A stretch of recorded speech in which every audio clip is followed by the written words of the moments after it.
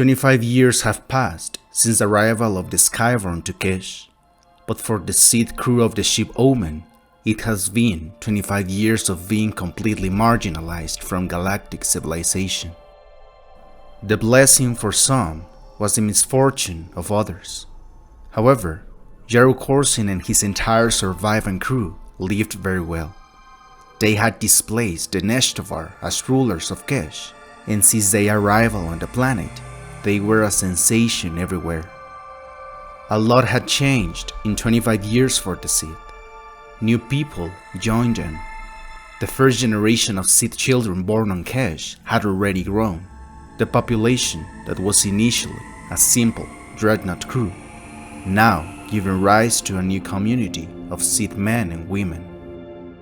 However, misfortune had also arrived. It had been 10 years since Ravelon in the 57 had committed that atrocity on Tetsuval, and justifiably, or partially, since the entire fault wasn't theirs. Yaru Korsin let the full weight of his fury fall on the night where the Red Sith disappeared from Kesh, in the Red Sith Purge. Precisely on the 25th anniversary of the arrival of the Omen to Kesh, Yaru Korsin with his wife Scylla have organized a celebration in Tab. An unreal amount of people were present. With his actions that day, Korsin indicated that his people's intention was to live among the Kishiri forever. Now, years after the accident, it was clear that nothing more could be done to repair the Omen. Yaru has adopted the title of Grand Lord and has made Tab his new capital, and a large part of the Sith were already fully accommodated in Kishiri society. However, many thoughts occasionally returned to Korsin about the Great Hyperspace War, if Nagasadao was still alive, or what would happen to that fallen Jedi who served in the ranks of the Sith, says Rogan in his Harbinger ship. Those were all vain thoughts, and Korsin knew it. But he had to keep those questions alive in his town as long as there were people who remembered where they came from. Yaru was no stranger to lying for the greater good of his entire crew, since stability required it. For some Sith, it would be difficult to process the simple fact of never returning home, of dying on an alien planet. For this reason, Yaru always maintained hopes of a possible rescue. False hopes. So many people, so many ambitions to control. Adarival came to accompany Yaru to the celebration. She slowly approached him and bowed. Korsin observed the cold reception with which Scylla regarded her. The enmity between them had been years in the making. However, in Yaru, the gratitude towards Adari would be eternal. 25 years had passed since she had saved the Sith, something that Adarival secretly regretted. While Adari pretended to be friendly to the Sith, she harbored a strong dislike towards them for forcing the Kishiri to work for them, exploiting each of the inhabitants of Kesh as cheap labor. Adari knew that the Sith plague was one that had to be eradicated. The resentment grew as the years went by. However, she knew that those they faced were very powerful enemies. To Adari, it seemed unreal how in that moment of joy where the Kishiri celebrated, they were actually doing so in honor of their own enslavement, ignoring the countless brothers and sisters who had lost their lives since the arrival of the Sith. Among them, one of her two sons, Finn, bloodied and smashed. Although the lives of the two children of Adarival, the female prophet who brought the Skyborn, were resolved, Finn wanted to join the task force, even disobeying his own mother. A scaffold hurriedly erected had given away. Adari had failed that day too, flying her broken child to Korsin's feet. Korsin had immediately come to Finn's side, working his Sith magic. For a moment, Adari had found herself hoping that Korsin could actually return life to her son. But of course, he couldn't. She already knew they weren't gods. From that day on, the friendship between Korsin and Adari wouldn't be the same for her. Adari had enjoyed learning from Korsin, but Finn's death had woken her conscience. She'd meant one thing to her people. Thereafter, she'd mean something else. As the leader of the Kashir rebellion, made up of others who had come to their senses, and after so many years, they were ready to act. Adari's strength had increased over time. She has learned to be able to hide her thoughts from Korsin, since the Sith could read the thoughts of each Kashiri. Now, as she was the leader of the rebellion, she had to maintain a firm attitude. Social restructuring within Kesh was also something that had upset many Kashiri. The Neshtovar were gone, and the Sith took over everything: religion, politics, and the military. Yaru Korsin and Sila's daughter, Nida, joined the celebration. Many people within Kesh and even the Sith took Nida as a spoiled child, and that she didn't have the character to be the daughter of the great lord, Yaru Korsin. For her birthday, Yaru Korsin had made his daughter head of something that didn't exist: the Skyrim Rangers. It was little more than a club of Sith hobby riders, useful only for public displays like this. After Nida Korsin arrived, the Savers, the tribe's new honor detail, came to celebrate, led by their leader, Yaru Korsin, son of Sila and Yaru Korsin. Lightsabers still ignited, Yaru stood before Yaru Korsin, nephew and stepson. An icy look passed between them. Suddenly, Yaru knelt. Despite his title and family connection, Yaru was no longer the heir to Yaru Korsin's power. Korsin had long kept his succession plans a secret. Now, Yaru was a mere advisor. But Sila knew that if Yaru was the public favorite, both the Sith and the Kashiri would recognize his claim, one way or another.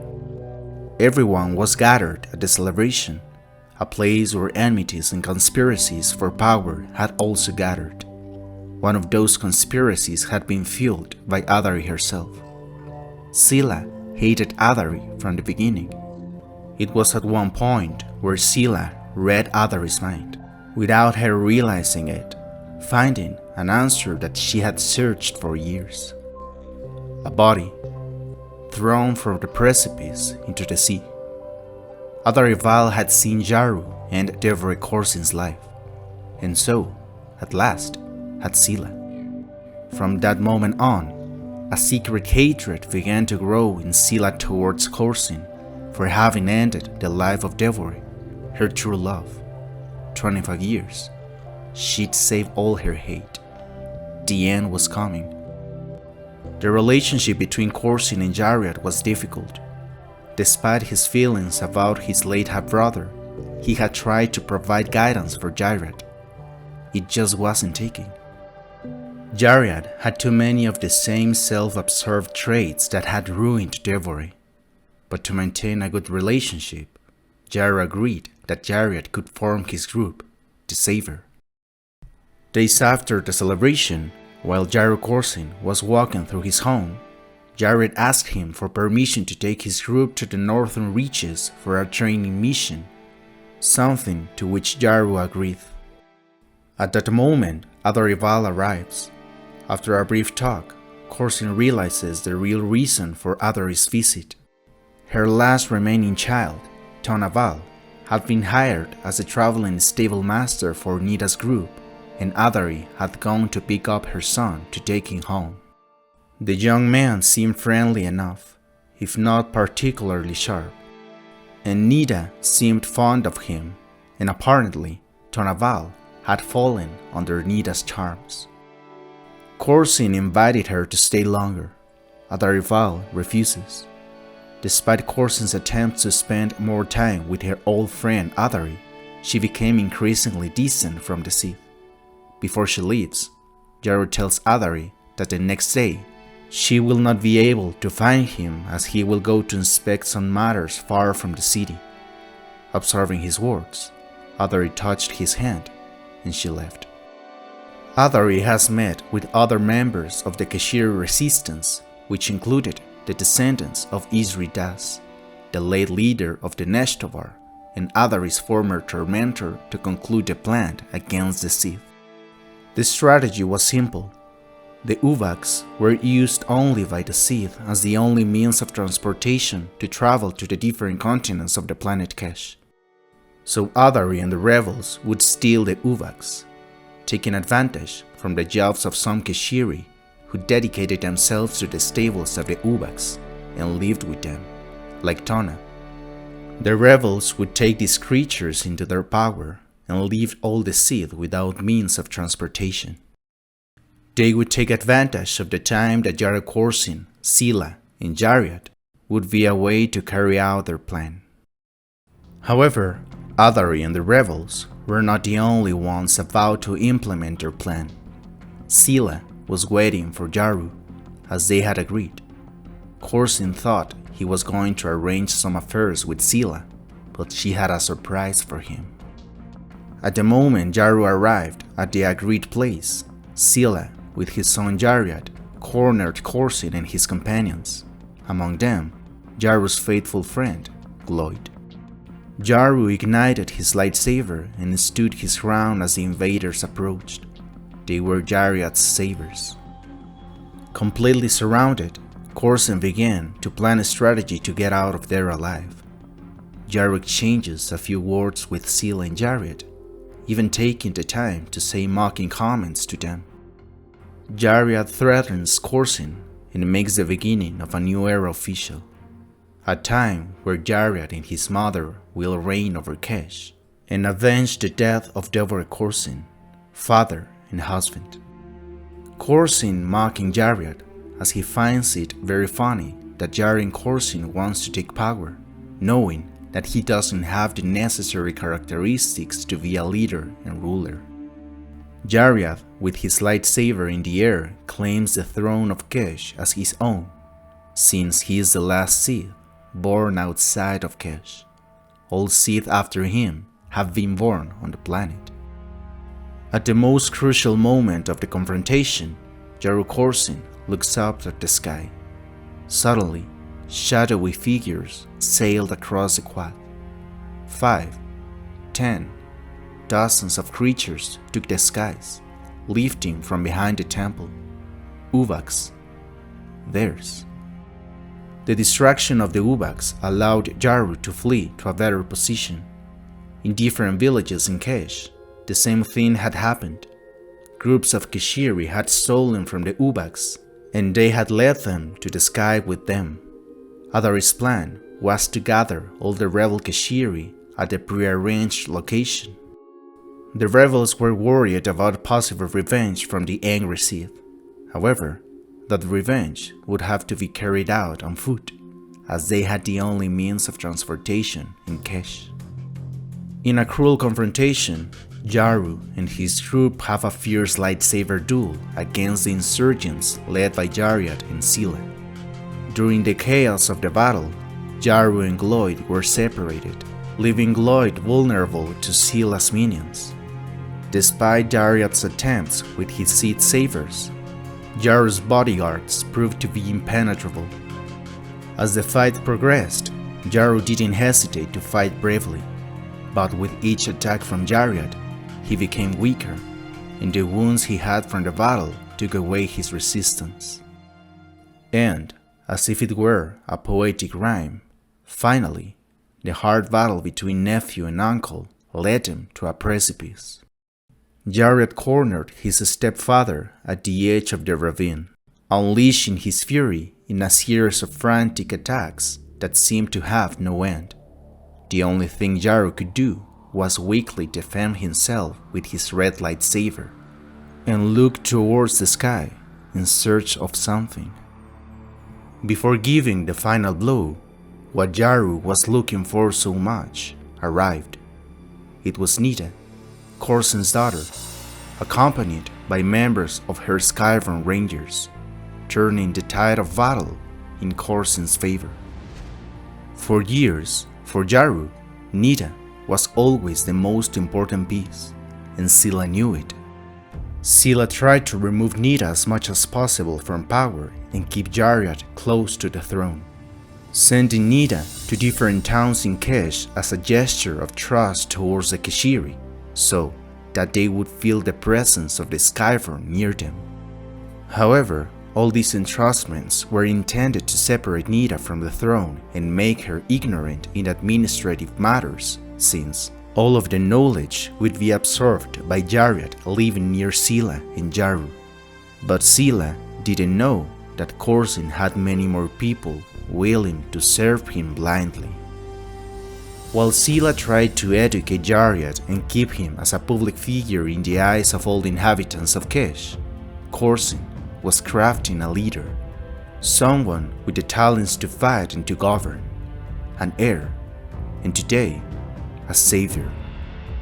Nida had arrived at the perfect time to save her father and confront her half-brother.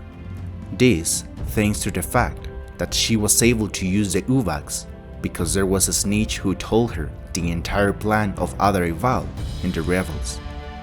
Tonaval was that informant. From her Uvak, Nida Korsin landed on the battlefield and without any problem, easily ended the lives of several of Jariat's allies. At such mastery combined with brutality in the use of her red lightsaber, Jariat recoiled. In the distance, an explosion stole everyone's attention. It had been Gloyd who had caused that. In pain, Korsin crawled away from the precipice, looked at Jariat, and told him that he was right, that they were all witnessing the change of an era. However, Grand Lord Yaru Korsin wouldn't leave without his last official act. Adari's plan didn't go as well as she expected. More than 1,000 Keshiri had arrived at the indicated place, riding and transporting Uvax. However, it was not the amount that was planned. Something had happened. Her suspicions were resolved when a lone rider from the horizon came to reveal the truth. Tona, her son, had revealed the plan to Nida. Adari was surprised to hear that her son had been the one who betrayed the rebels. However, part of the Keshiri had arrived at the place, so Adarival took her Uvak, Ning, the Uvak of her late husband, and without wanting to know what was the fate of her son, she flew into the air and led the remaining rebels. All the Keshiri, led by Adari, flew for days, arriving at a small island. 300 were the surviving Keshiri. All the others couldn't reach the final destination. The new land of the Keshiri wasn't enough to prosper. However, they had no other option. It would be very complicated, but it wasn't an impossible task. The Keshiri would have to use any resource to survive. One of them was the tired and dying Uvax. They would use their meat for food and their skeletons for tools. Adari had to say goodbye to her faithful Uvak Ning, since the trip had devastated the creature. Adari analyzed the situation, and she didn't expect to survive more than a year. Worse still, anyone who came looking for them wouldn't be a savior. Yet, the only source of fuel to keep going that covered Adari was hope. Perhaps Korsin's Sith worried about the same thing, she thought. Perhaps the tales were true. Perhaps the real Skyform, the true protectors of legend, were out there somewhere, hunting for the Sith. She didn't believe it, but then she never had. Scylla woke up in a hospital bed days after her rebellion against Yaru. She had been a victim of the explosion Korsin had heard. Gloyd had detonated an explosive and a structure collapsed on Scylla, causing irreparable injuries to her legs, causing her to never have the ability to walk again. Nida Korsin arrived at the hospital victorious, revealing that she had stopped Jariat and Scylla's rebellion. She also mentioned the end of her father, Yaru Korsin, dying after the serious injuries he had. Scylla inside her felt a satisfaction upon hearing that. However, that wouldn't last long as Nita revealed her father's last order. Before dying, Korsin tried to throw Jared off the precipice. However, he couldn't. His strength wouldn't let him. And when Korsin couldn't, Nita did. She had thrown her half-brother Jared away from her, just as her father Yaru Korsin had thrown Jared's father, Yaru Korsin. Also, Nita informed her about the Keshiri rebellion. After days of searching, there were no traces of them or Adari, so the Sith ended the search and took them as missing. Shocked Scylla asks her what is the reason for her visit. Nita indicates that in the morning the testament of Yaru Korsin was read. All of Yaru's power and legacy was given to Nita Korsin. At her age, she could expect to rule Kesh for decades to come. And she had already given her first decrees. Nita ordered Scylla to be completely confined to the same mountain where the Omen ship had crashed. A Sith temple had been built there so Scylla and all the Sith would be taken to live there forever. And to ensure that no one tried to reach the temple again, Nita ordered that all roads and entrances to the Sith temple be blocked. What remained, Scylla saw as she looked around, was the cold temple she had come to despise living in. A home fit only for a goddess on high, forever, alone. The only thing Scylla could see from the ground after crawling to where Nita was her daughter flying on her ubak towards the sky of Kesh.